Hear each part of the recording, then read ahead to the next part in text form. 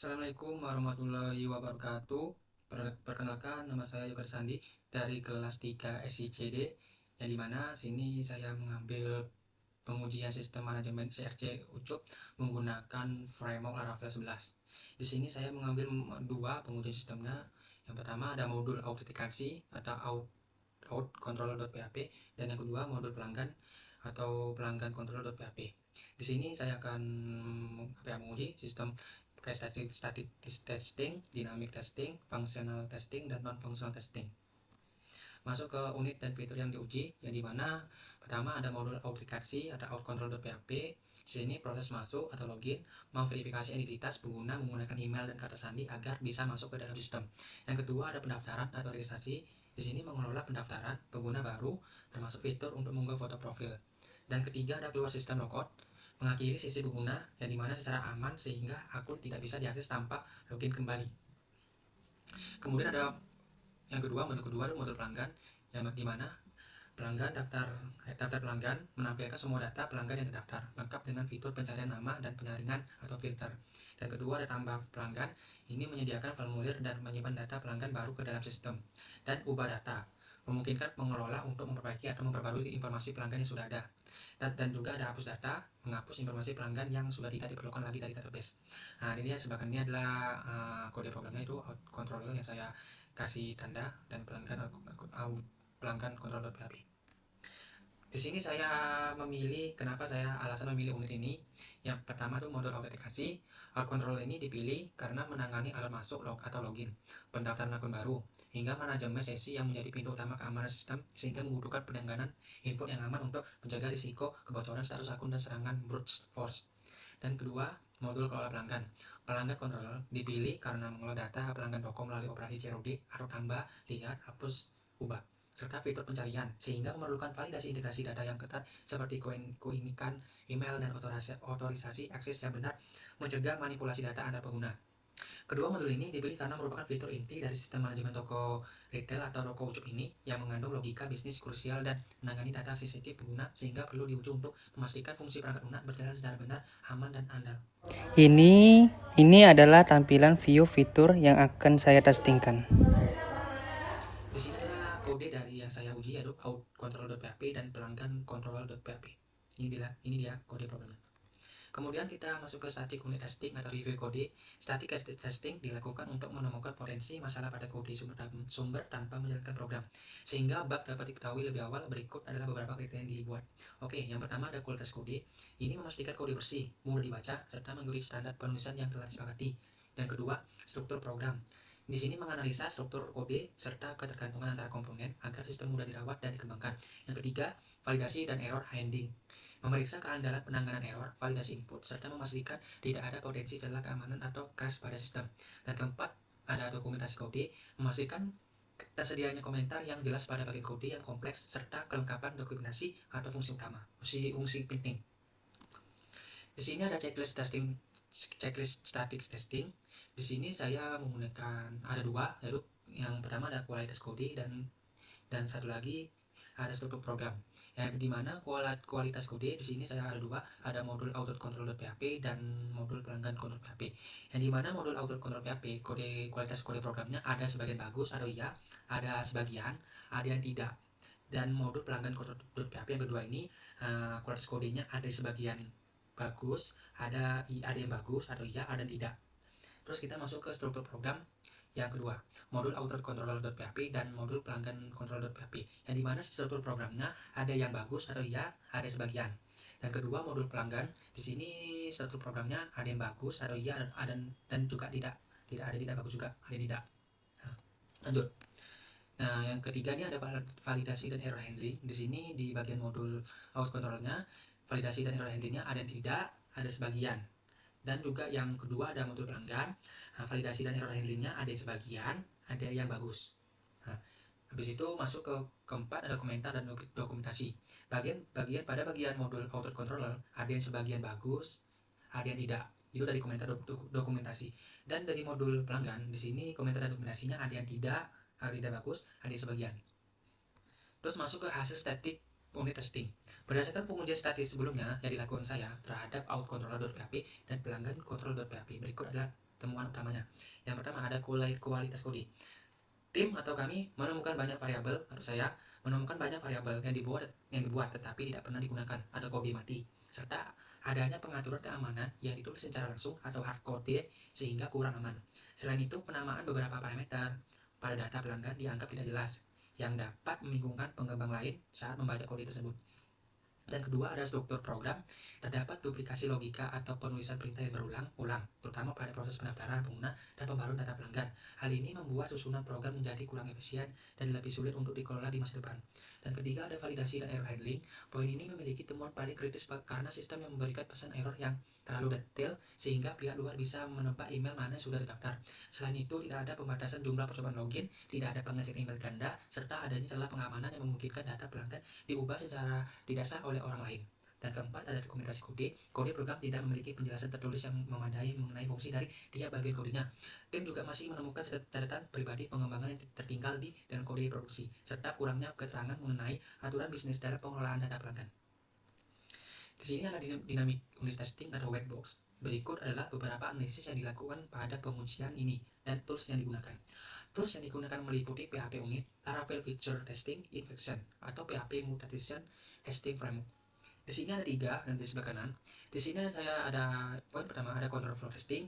Control flow testing memastikan setiap jalur atau percabangan logika dalam program sudah diuji dengan bantuan control flow graph atau CVG. Seluruh kemungkinan alur program dapat dipetakan sehingga tidak ada skenario yang terlewat.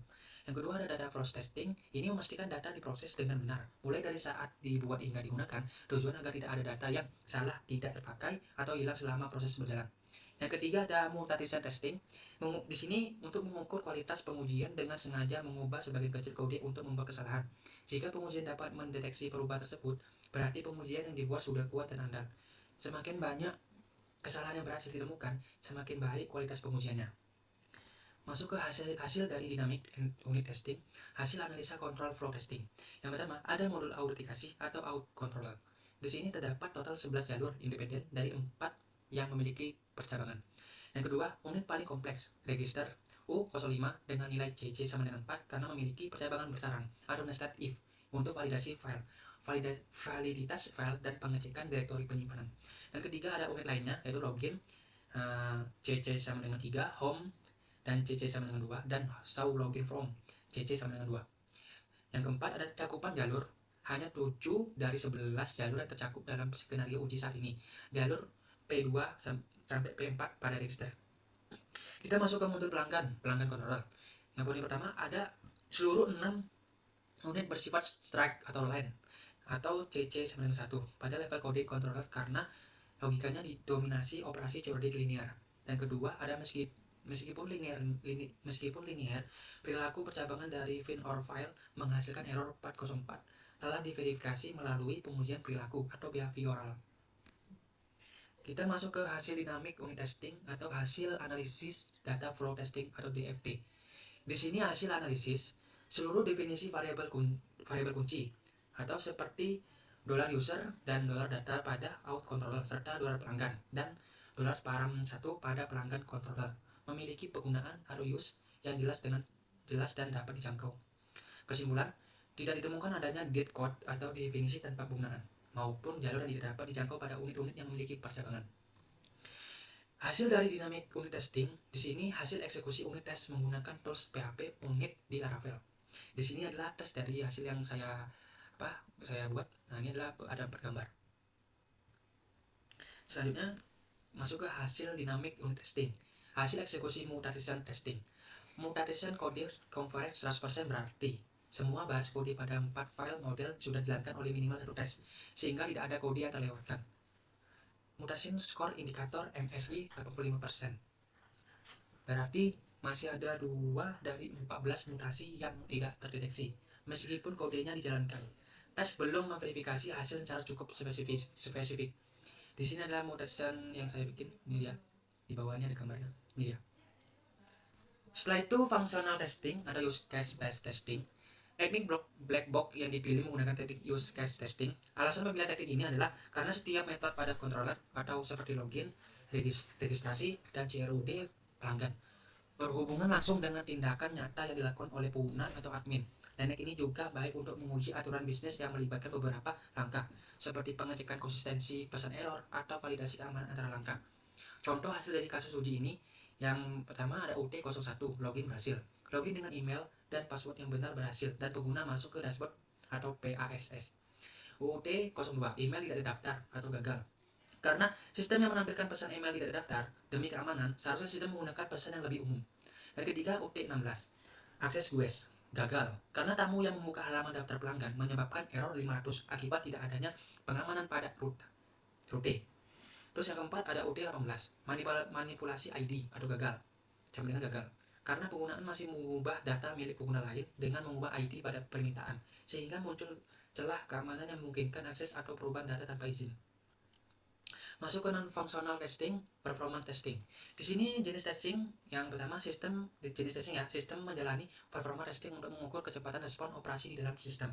Tujuan dan instrumennya, memastikan waktu respon sistem tetap berada di bawah batas maksimal yang telah ditetapkan. Instrumennya, feature performance test menggunakan PHP unit dan functional micro time untuk mengukur durasi eksekusi secara presisi pada setiap pengujian. Yang kedua ada script benchmark untuk mensimulasikan beban kerja pada skala data yang lebih besar, hingga 10.000 data dan hasil pengujian. Modul autentikasi, rata-rata waktu verifikasi kata sandi adalah 189,74 ms. Hasil dinyatakan lolos di bawah batas 200 ms.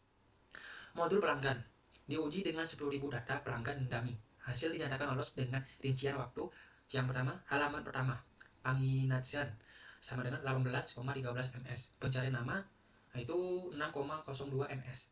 Dan ketiga, filter kategori sama dengan 4,85 ms. Kesimpulan dari performa ini, sistem cukup efisien dalam menangani data dalam jumlah besar karena query sudah terindeks dengan baik. Rekomendasi perbaikan. Modul autentikasi, tingkatkan keamanan dengan menggunakan pesan login yang umum, membatasi percobaan login, memperketat validasi email dan role, serta mengamankan proses unggah file. Tambahkan juga pengujian otomatis untuk proses registrasi. Dan kedua ada modul pelanggan, perbaiki celah keamanan dengan membatasi akses pengguna, mengambil ID dan URL, menambahkan validasi email dan nomor telepon, serta melengkapi atau menghapus metode show yang belum digunakan. Yang ketiga ada kualitas pengujian, tingkatkan ketelitian pengujian dengan memeriksa data langsung di database, bukan hanya tampilan halaman saja, dan otomatisasikan seluruh skenario pengujian. Refleksi diri. Di sini ada tiga. Yang pertama, dalam bentuk pembelajaran, pengujian perlu dilakukan secara berlapis, harus statis, dinamis, dan fungsional. Karena setiap metode menemukan jenis masalah yang berbeda. Hasil uji unit yang lulus 100% juga belum tentu menjamin sistem aman, sehingga skenario keamanan tetap perlu diuji. Dan kedua, ada kesulitan. Tantangan terbesar adalah pengujian metode register, karena memiliki banyak percabangan dan proses unggah file.